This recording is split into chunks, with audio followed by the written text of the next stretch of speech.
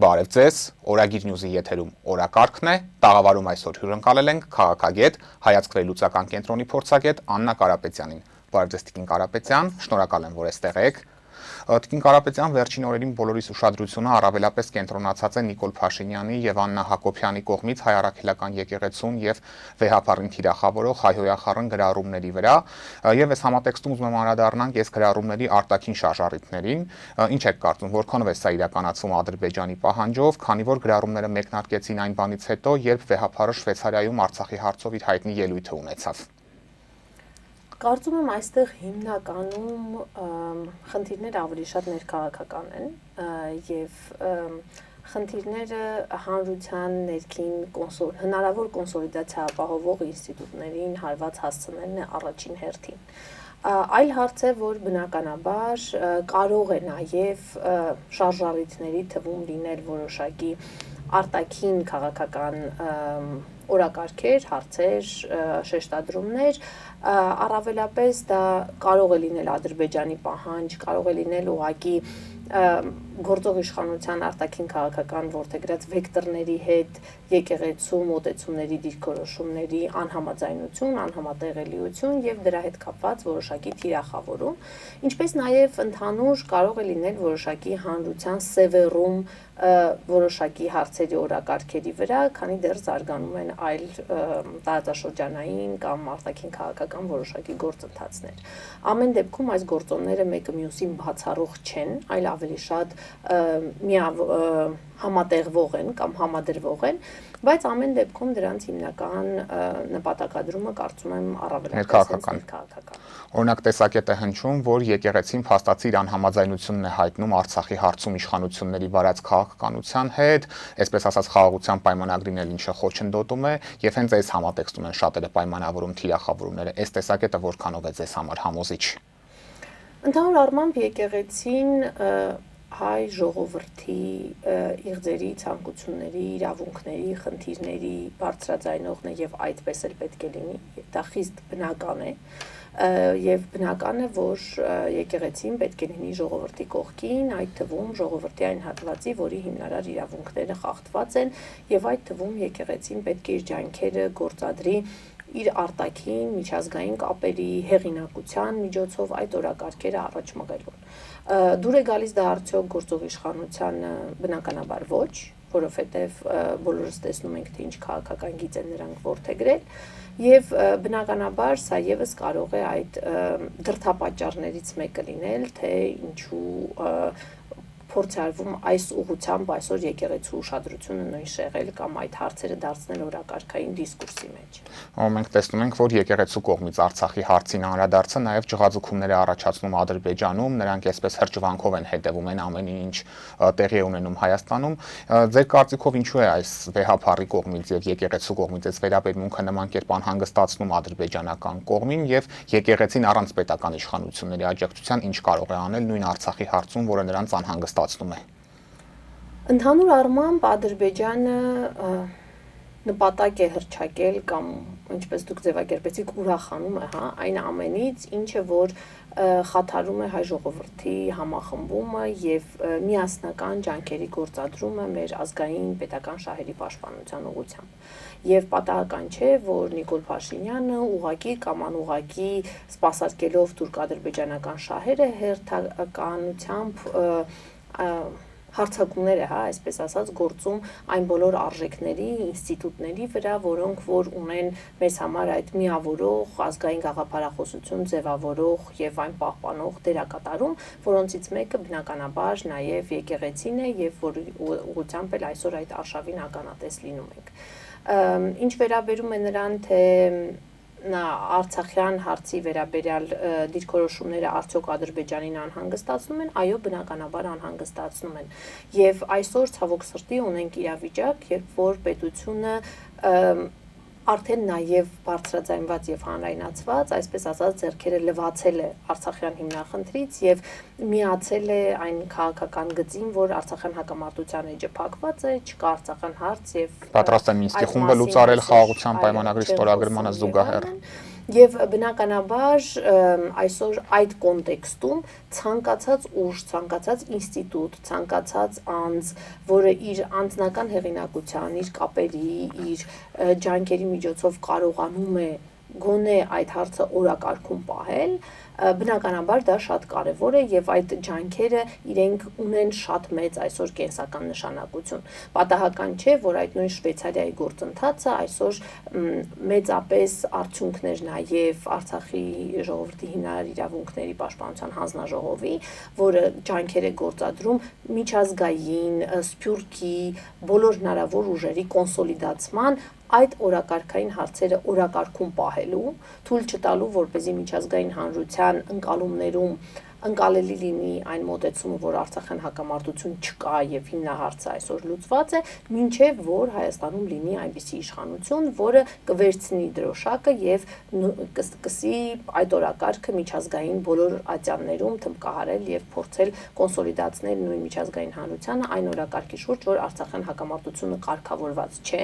քանի դեռ Արցախի ժողովրդի հիմնարար իրավունքները պաշտպանված չեն։ Այստեղ շատ կարևոր է, որ նույն միջազգային հանրության ընկալումներում դա իսկապես այդպես է, պատահական չեն տարբեր երկրների արտգործնախարարությունների, խորհրդարանների մակարդակով հնչող հայտարարությունները, դիրքորոշումները, որ քանի դեռ Արցախի ժողովուրդը չի ստացել վերադարձի հնարավորություն, հնարավոր չէ խոսել, որ հակամարտությունը կարգավորված։ Միջազգային հանրությունը հարցը փակված չի համարում, բնականաբար չի համարում, բայց որքան երկար ունենանք իրավիճակ, երբ Հայաստանի իշխանությունը չի բարձրաձայնում այդ հարցը եւ այդ հարցերը չի դնում միջազգային օրակարգում, մենք բազմիցս ականատես ենք եղել նույն հայտարարությունների մեր ֆրանսիական գործընկերներից, այլ երկրներից, որ իրենք չեն կարող պաշտպանել Հայաստանի շահերը այն պարագայում, երբ Հայաստանը ինքը այդ շահերը չի պաշտպանում։ Եվ հետեւաբար այսօր ցանկացած ինստիտուտ եւ անհատ, որը որ փորձում է այդ հարցերը օրակարգում պահել, դա բնականաբար շատ կարեւոր է։ Ոտքին Կարապետյան, անդրադառնանք նաև խաղաղության պայմանագրի ստորագրմանը։ Մենք բազմիցս խոսել ենք, որ Ադրբեջանը մտադիր չէ նման փաստաթուղթ ստորագրել, առնվազն այս փուլում, սակայն իշխանականները վերջին շրջանում լավատես են, մեզ վստահեցնում են, որ ոչ թե պատերազմ է լինելու, այլ խաղաղություն։ Ինչ եք կարծում, նախքան 26 թվականի համապետական ընտրությունները Ադրբեջանը կգնա ինչ-որ փաստաթղթի ստորագրման, որն էլ իր հերթին Փաշինյանի դիրքերը կամրապնդի, թե այս սցենարը իրատեսական չեք համարում։ Ընդհանրապես կանխատեսումներ անելը շատ անշնորհակալ գործ է քաղաքական տեսանկյունից եւ հստակ ժամկետների ներքո ինչ որ կանխատեսումներ անելը առավել եւս բոլորս հիշում ենք, որ միջազգային այսպիսի ակնկալիք էր կեղծ ձևավորվել, որ մինչեւ COP29-ի գագաթաժողովը Ադրբեջանը պետք է կառուցողականություն ցուցաբերի, պայմանագիր ստորագրի եւ վերջին տարիներին պարբերաբար մինչեւ տարեվերջ պայմանագիրը ստորագրվի, բայց քանի տարի է չի լինում դա։ Տեսնում ենք, որ դա չի լինում, որովհետեւ Ադրբեջանին որևէ կերպ ձեռնտու չէ ստորագրել եւ նույնիսկ այսօրվա դրությամբ, երբ որ հայտարարվում է, որ տեքստը համաձայնագրի համաձայնեցված է, միևնույն է Ադրբեջանը առաջ է քաշում նոր նախապայմաններ եւ նույնիսկ այս իրավիճակում Հայաստանի իշխանությունները ուղղակի եւ անուղղակի իրենց համաձայնությունն են հայտնում կատարել այդ նախապայմանները, բայց դա միևնույն է չի երաշխավորում, որ Ադրբեջանը առաջ չի քաշելու նոր նախապայմաններ։ Չմոռանանք, որ այսօր արդեն Ադրբեջանը բացի այդ Մինսկի խմբի լուծարումից եւ Հայաստանի սահմանադրության մեջ փոփոխություններ կատարելու իր պահանջից արդեն խոսում է 300,000 ադրբեջանցիներին Հայաստան տեղափոխելու անհրաժեշտության եւ իր պահանջի մասին 2-3 ամիս է կրակոցները չեն դադարում Սյունիքում։ Այո, եւ այս օրակարգերը երբևէ չեն սպառվելու, հա, այսինքն Ադրբեջանը մենք չկա Ադրբեջանի պահանջների ամբողջական ցուցակ, որը որ Հայաստանի իշխանությունը բավարարի եւ իմանա, որ նոր պահանջներ չեն լինելու։ Անընդհատ այդ նոր պահանջներ լինելու են, քանի դեռ Հայաստանում կա իշխանություն, որը գնում է այդ պահանջները բավարարելու ճանապարհով։ Եվ հետեւաբար բնական է, որ Ադրբեջանին այս իրավիճակը առավել քան ձեռնտու է, մյուս կողմից էլ կիրառվում է, ինչպես դուք նշեցիք, այդ գործիքը, որ միշտ այդ սպառնալիքը, որ հնարավոր է նոր ագրեսիա, հնարավոր է նոր ճնշումների ներքո զիջումներ կորզան, պահպանվում է առավել եւս այն իրավիճակում, երբ Հայաստանի գործող իշխանությունը հայտարարում է, որ ցանկացած նոր պատերազմ անխուսափելիորեն Հայաստանի համար նոր պարտություն է։ Օրինակ այս համատեքստում Ալեն Սիմոնյանը հայտարարում է, որ Սյունիքում ադրբեջանցիների կրակոցները եւ նույն ադրբեջանցիների այսպես կոչված վերադարձի օրակարգը դա հայելային պատասխանն է, որ Արցախի ներկայացուցիչները նախագահ են ընտրում, պահպանում են իրենց պետական ինստիտուտները ինստիտուտները, այս տեսակետը որքանով է ձեզ համար հասկանալի եւ համապատասխանում իրականությանը։ Բնականաբար բացարձակապես հասկանալի չէ, որովհետեւ ընդհանրապես անհասկանալի է այն իրավիճակը, երբ Հայաստանի իշխանությունը փորձում է արդարացնել հակառակորդ թշնամի, իրենք չեն սիրում թշնամի անվանել, հարևան երկրի կողմից ուժի եւ ուժի սպառնալիքի կիրառումը, դրա մեջ փնտրելով մեղավորությունը երկրի ներսում, տվյալ դեպքում իդեմս Արցախի հանրության, Արցախի պետական ինստիտուտների եւ այլն, սա ընդհանրապես աբսուրդային մոտեցում է։ Բայց այստեղ ամենախնդրահարույցը թերևս այն է, որ դրանով այս իշխանությունները լեգիտիմացնում են Ադրբեջանի այդ գործողությունները, սակայն այս ձեռագիրը եւս նոր չէ, հիշենք, որ թե պատերազմի ժամանակ, թե պատերազմից հետո ամբողջ գործընթացը եւ տրամաբանությունը գործող իշխանության կառուցված է եղել ինչ որտեղ մեղավորներ գտնելու մեջ, պատասխանատուներ, մեղավորներ, բայց երբեք չտեսնելու սեփական պատասխանատվությունը կամ մեղավորությունը կատարվածի համար։ Այսօր արդեն հասել ենք նրան, որ փաստացի Ադրբեջանի ագրեսիան կամ սպառնալիքներն են արդարացվում եւ դրա համար փորձում են գտնել մեղավորներ իդեմս հայ հանրության մի հատվածի։ Իսկ նպատակը խաղաղության պայմանագրի ստորագրմանը նպաստել է սկերպ, թե պարզապես հաջողանալ։ Նպատակը թուրք-ադրբեջանական օրակարգին ուղղակի անուղղակի նպաստելն է կամ նրան ծառայեցնելը սեփական քաղաքականությունը, այստեղ արդեն մոտիվացիան դա թերևս երևի ժամանակի ընթացքում այդ թվում ինչ որ քննությունը ցույց կտա թե իրական մոտիվացիան որն էր նման գործողությունների, դա այտենց անհասկանալի կեղծ ռոմանտիզմներ, որ հնարավոր է հաջողանալով հասնել ինչ-որ խաղաղության, թե դրա տակ կային բոլորովին այլ մոտիվներ, չնայած առաջինը առավել քան անդրամաբանական է թվում, ելնելով նաև նրանից, որ ինքը Փաշինյանը ունեցել է անկեղծություն ասելու, որ նույնիսկ ստորագրված փաստաթուղթը երաշխիք չէ, որ մենք ունենանք խաղաղություն, 10 րոպե հետո կարող է պատերազմ լինել։ Կատարած պահանջների կատարումը արդեն բոլորս համոզվել ենք, որ որևէ երաշխիք չեն կայունության, խաղաղության եւ կառուցողականության։ Փաշինյանը վերջերս նաև հայտարարել էր, որ եթե սահմանադրական դատարանը այդ փաստաթուղթը խաղաղության պայմանագիր կոչվող ճանաչի մեր սահմանադրությանը հակասող, ապա ինքը սահմանադրական բարեփոխումներ կնախաձեռնի։ Ձեր գնահատմամբ սա ինչ ռիսկեր է իր մեջ պարունակում եւ կարող ենք եզրակացնել, որ այդ փաստաթղթում այնպիսի ձևակերպումներ կան, որ նույն Փաշինյանը կասկածում է, որ գործող սահմանադրական դատարանի կազմը այն կարող է հակասահմանադրական ճանաչել։ Հիմնական խնդիրը թերևս Հայաստանի սահմանադրության մեջ փոփոխություններ կատարելու Ադրբեջանի պահանջն է եւ ամեն հնարավոր ձևով ցույց տալը պատրաստակամություն, որ իրենք պատրաստ են բավարարել այդ պահանջը։ Արվեց այդպիսի ֆարսային քայլ, երբ որ փորձ արվեց այդ անհասկանալի հանձնաժողովի կանոնակարգը տանել, անցկացնել սահմանադրական դատարանով, ունենալ վճիռ, դրանով ցույց տալ իբրև թե փորձելով այդ կերպ լուծել խնդիրը եւ ցույց տալ, որ մենք պատրաստ ենք ցանկացած պայմանավորվածություն լեգիտիմացնել։ Խնդիր չի լինի հետագայում։ Այո, բայց դա հասկանալիորեն չբավարարեց Ադրբեջանին եւ այսօր կա նոր պահանջ եւ այստեղ խնդիրը իրականում շատ ավելի խորքային է։ Այսինքն, երբ որ Ադրբեջանը պահանջում է փոխել սահմանադրությունը, արդյոք խոսքը վերաբերում է միայն անկախության հռչակագրի վրա հղումը հանելուն եւ Արցախի վերաբերող ձևակերպումներին, թե այստեղ կան նաեւ շատ այլ ենթաշերտեր եւ դրույթներ, որոնք ցանկություն կա այդ անկախության հռչակագրի կողմից հանել եւ սպասարկել Թուրքիայի, այդ թվում շահերը, թե գուցե նաև այդ կան նախապայմաններ, որոնց բավարարումը պահանջում է այդ թվում սահմանադրական ամրագրում նույն վերաբերող ադրբեջանցիներին։ Ինչի մասին է խոսքը հենց վերադարձի։ Այդ թվում։ Այսինքն մենք այսօր ապրում ենք այդ սարսափելի անորոշության իրավիճակում, երբ մենք մի կողմից չգիտենք, թե ինչ է քննարկվում իրականում Ալիևի եւ Փաշինյանի միջեւ եւ ինչի համաձայնություն է տալիս Փաշինյանը, մյուս կողմից չգիտենք, թե Ադրբեջանի այդ ցանկությունների ցանկը որքան է շարունակվում եւ ինչ կետեր կարող են գալ դրանում հետագայում եւ որքան այս իշխանությունը պարտավորություն կստանձնի բավարարել։ Իսկ եթե այնուամենայնիվ այս հանրակրվեն կայանա, ինչ է կարծում, քաղաքական ուժերը այս հարցում ինչ դիրքորոշում պետք է որդեգրեն, որտեղ տեսակետներ կան, պետք է քարոզարշավ իրականացնել, ոչի ճամբար ձևավորել եւ առհասարակ պայքարել սրա դեմ, իսկ մյուս թևն է պնդում է, որ եթե քաղաքական ուժերը ներգրավեն սրանում, ապա կլեգիտիմացնեն այս օրակարգը, որը պետք է լինի արդյունավետ ճանապարհը ձեր համոզմամբ։ Ես տվյալ դեպքում չեմ կարող հստակ ասել, թե որն է ճիշտ ճանապարհը այսօրվա դրությամբ, որովհետև այդ ճիշտ ճանապարհի ընտրությունը կախված է լինելու մի շարք հանգամանքներից, բայց ամենակարևորը թերևս այն է, որ ի վերջո որն է նպատակը անկախության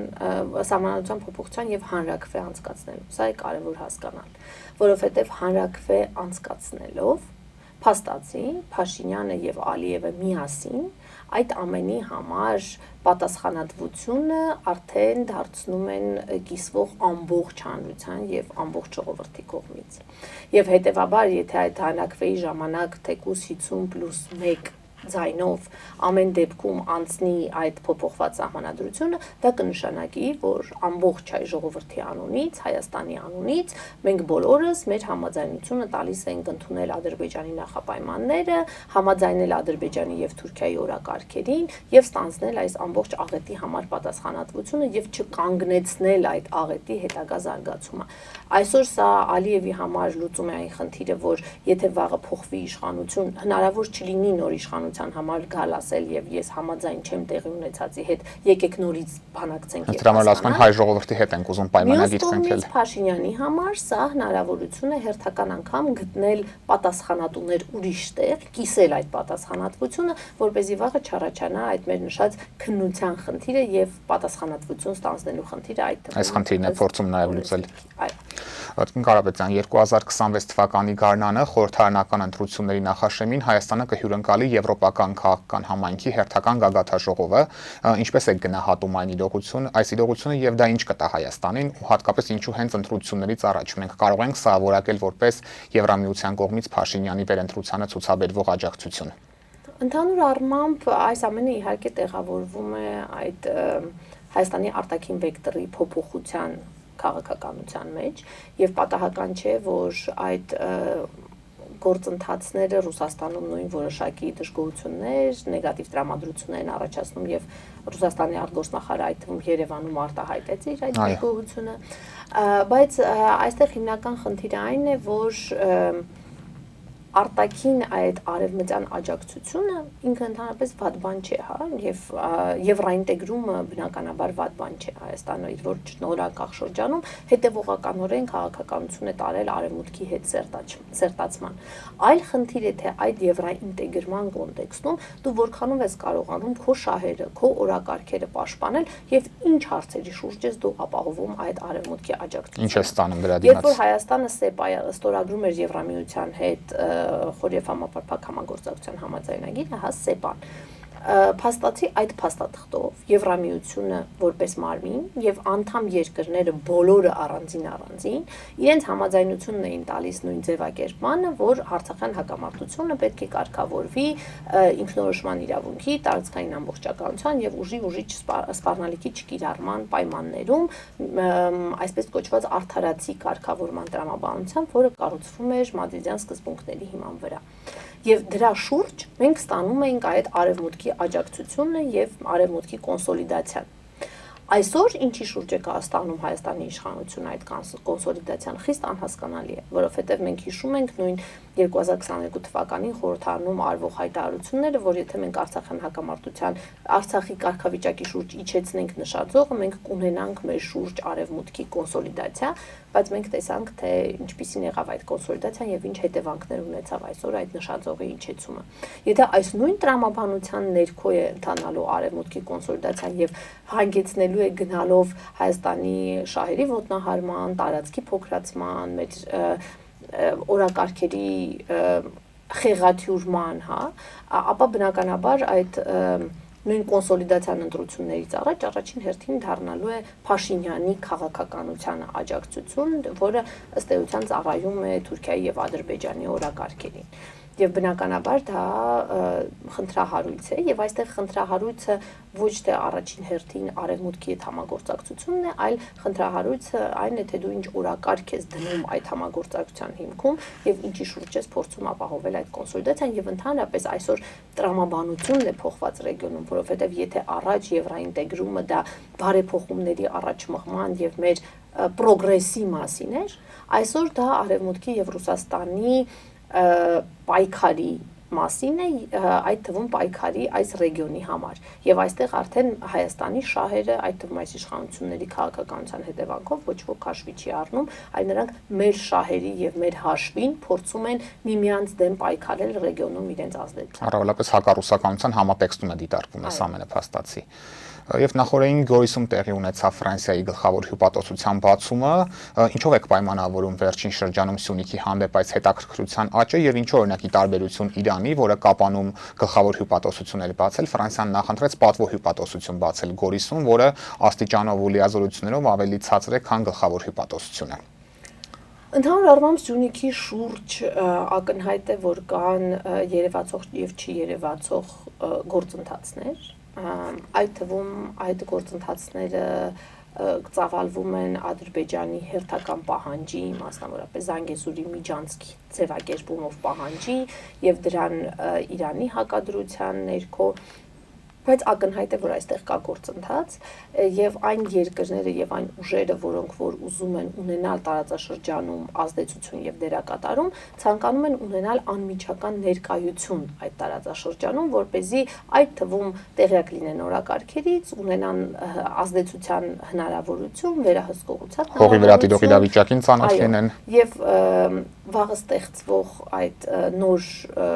իրավիճակի կոնտեքստում ունենան հավակնություն ունենալու սեփական դերակատարումը։ Եվ այս կոնտեքստում պատահական չէ, որ միայն Ֆրանսիան չէ, որը որ ուներ ցանկություն, նույն Ռուսաստանի Դաշնությունն էլ ունի ցանկություն ունենալ հյուպատոսություն Կապանում, սակայն մենք այստեղ եւս ունենք Հայաստանի իշխանությունների կողմից ակնհայտ արտաքին քաղաքական վեկտորների նախընտրության հարց, որովհետեւ Ռուսաստանի հյուպատոսության բացումը ձգձգվում է ինչ-որ անհասկանալի տեխնիկական պատճառներով, շենք չեն գտնում Կապանում, որ տրամադրեն հյուպատոսությանը, բայց դրան զուգահեռ շատ արագ Գորիսում հյուպատոսության բացումը։ Այլ խնդիր կա, որ փորձ է արվում իշխանությունների կողմից դա ներկայացնել որպես անվտանգության երաշխիք Հայաստանի համար, բայց բոլորը շատ լավ հասկանում ենք, որ պատվո հյուպատոսությունը, որտեղ հյուպատոսը Հայաստանի քաղաքացի է եւ Հայաստանի ներկայացուցիչ, բոլորովին անվտանգության երաշխիքների մասին չէ, հա, սա ավելի շատ PR-ի, գովազդի, քարոզչական նպատակներով ֆոն ստեղծելու մասին է եւ այդ արդարացումներն էլ, որ այնտեղ չկան այնքան ֆրանսիացիներ, որպեսզի այդտեղ հյուպատոսություն բացվի, հասկանալի է, որ Կապանում այդքան շատ իրանցիներ ունենք, հասկանալի է, որ բոլորովին այլ կոնտեքստում են եւ հասկանալի է, որ սա աշխարհաքաղաքական պայքարի դրսևորում է մեր երկրի տարածքում է ռեգիոնում եւ Հայաստանի իշխանությունների նախապատվությունների դրսևորում է, բայց իհարկե նաեւ որոշակի ազդակ պետք է լինի հերթական անգամ ուշադրություն սևեռելու, որ այս տարածաշրջանում հերթական անգամ ոչ մեր մասին, այլ մեր հաշվին տեղի է ունենում որոշակի պայքար, որը բնականաբար այս իշխանությունների պարագայում մեր երկրի համար վտանգավոր է։ Եվ նույն այսպես կոչված Զանգեզուրի միջանցքի համատեքստում ուզում անդրադառնանք Էրդողանի վերջին հայտարարությանը, վերջինս հույս էր հայտնել, որ Իրանը կաջակցի այս հարցում Թուրքիայի եւ Ադրբեջանի դիրքորոշմանը։ Ձեր դիտարկմամբ վերջիններս իսկապես կհաջողվի ստանալ Իրանի աջակցությունը, թե Էրդողանը պարզապես իրենց ցանկությունների մասին էր խոսում այս կերպ։ Իրանը այս առումով ունի բավական կոշտ դիրքորոշում եւ անփոփոխ դիրքորոշում, որի մասին բազմիցս տարբեր մակարդակներով հայտարարվել է, այդ թվում Իրան այցելող բարձրաստիճան պաշտոնյաները բազմիցս հայտարարել են եւ նույն վերջին շրջանում մենք մի քանի բարձրաստիճան պաշտոնյաների այցեր ունեցանք Հայաստան, որոնք իրենց կոշտ դիրքորոշումը այս հարցի շուրջ արտահայտում են եւ այստեղ նույնպես ցավոք սրտի տպավորություն է ստեղծում, որ ավելի շատ Իրանն է այդ հարցում հետամուտ լինում Հայաստանի սահմանների անկախտելիությանն ու այս տարածքի նկատմամբ մեր ինքնիշխանության պահպանմանը, քան գործող իշխանությունը եւ Իրանի համար սա նույնպես բնականաբար Հայաստանը կամ հայերին շատ կամ քիչ սիրելու հարց չէ, հա, սեփական շահերի գիտակցումն է, իրենց շահերի, իրենց դերակատարման, իրենց ազդեցության հնարավորությունները չկորցնելու մասին է, Հայաստանի հետ սահմանը, ճանապարհը չկորցնելու մասին է, որը Իրանի համար ունի մեծ կարևորություն եւ չեմ կարծում, որ Իրանը այստեղ զիջողի դերում է պատրաստ հանդես գալ։ Իսկ Էրդողանի հայտարարությունը այստեղ ինչ նպատակով էր այս դեպքում։ Էրդողանը ավելի շատ այդ քաղաքական դիսկուրս առաջացնելու, տրամադրություններ առաջացնելու, արձագանքներ ստուգելու եւ այլնի տրամաբանության ներքո։ Եվ պատահական եք համարում, որ նա օգտագործեց անցուղի բառը, այլ ոչ թե միջանցք, այսինքն սա էլ մենք պետք է Իրանի դիրքորոշման արդյունքում համարենք, թե ուղղակի բառերի ընտրությունը այսքան էլ կարևոր չի այս դեպքում, գիտենք, որ իրենք արտատարածքային միջանցք են պահանջում Հայաստանից։ Տեսեք, այստեղ ձևակերպումները իրականում նույնպես վկայում են որոշակի փակ անհասկանալի գործընթացների մասին, որովհետև նույն Հայաստանի իշխանությունը բազմիցս հայտարարել է, որ իրենք պատրաստ են քննարկել ճանապարհի տրամադրման հարցը, այդ թվում անելով որոշակի զիջումներ այդ ճանապարհի նկատմամբ վերահսկողության հարցում կամ ինչպես Փաշինյանն էր ձևակերպում տրամադրել պարզացված ընթացակարգեր։ Օտարերկրյա ինչ-որ կազմակերպության էին առաջարկում պատվիրակել վերահսկողությունը։ Այո, եւ այստեղ էլ իրականում հարց կա, որ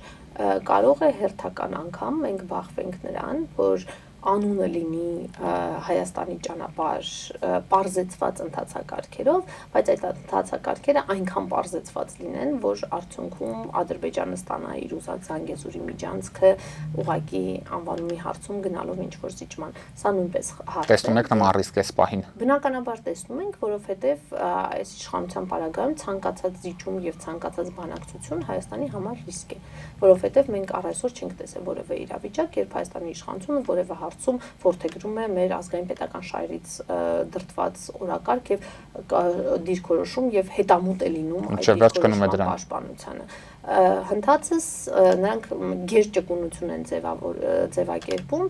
դրսևորում, ինչպես ունեցանք նույն խաղաղության պայմանագրի հարցում։ Եկեք չմոռանանք, որ այդքան երկար բանակցություններից հետո, որտեղ նրանք իբրև թե ինչ-որ հարցերի շուրջ ունեին սկզբունքային դիրքորոշում, վերջում Փաշինյանը որոշեց, որ քանի որ չի հաջողվում փոխել կետերը, եկեք փոխենք այդ կետերի մեր ընկալումները։ Այսինքն եկեք վաղվանից այդ թուղթը այլ կերպ կարդանք եւ ասենք, չէ, ոնց որ մենք երեք սխալ էինք հասկանում, որ սա վատ է, այսօրվանից թող սա մեզ համար լինի լավ։ Այսինքն, երբ որ մենք այս ձեռագրին ականատես ենք եղել, բնական է նույնը ակնկալել նաև մյուս գործընթացների։ Եվ Տիկին Կարապետյան, երեք Ստամբուլում տեղի ունեցավ ռուս-ուկրաինական բանակցությունների հերթական փուլը, ընդհանուր առմամբ ինչպես է գնահատում այն եւ դատելով կողմերի հայտարարություններից, այս պահին նրանք որքանով են մոտ խաղաղության հաստատմանը կամ առնվազն հրադադարի։ Բարդ է ասել, որ կա որոշակի դրական դինամիկա, որովհետև անկախ նրանից, որ նույն Էրդողանը փորձեց այդ բանակցությունները հիանալի որակել, սա